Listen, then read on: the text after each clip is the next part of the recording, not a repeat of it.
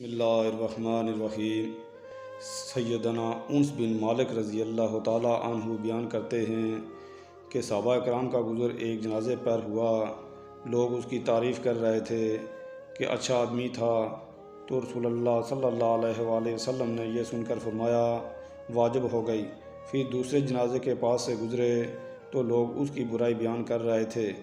यह सुनकर रसूलुल्लाह सल्लल्लाहु अलैहि वसल्लम ने फरमाया वाजिब हो गई।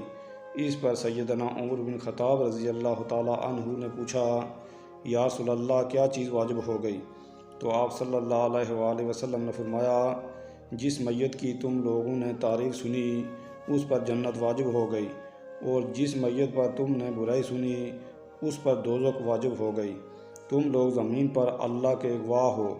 हमें चाहिए कि हम जब भी किसी जनाजे में शामिल हों तो मरने वाले की खूबियाँ बयान करनी चाहिए, उसकी बुराई का जिक्र नहीं करना चाहिए। खूबियाँ बयान करने से फरिश्ते अल्लाह ताला से कहते हैं कि या बारी ताला, तेरे मरने वाले बंदे की लोग तारीफ़ कर रहे हैं, तो अल्लाह ताला उसको बख्श देते हैं। अल्लाह ताला हम सब मुसलमानों को नेक अमाल करने की तौफीक अता फरमाए। आमीन।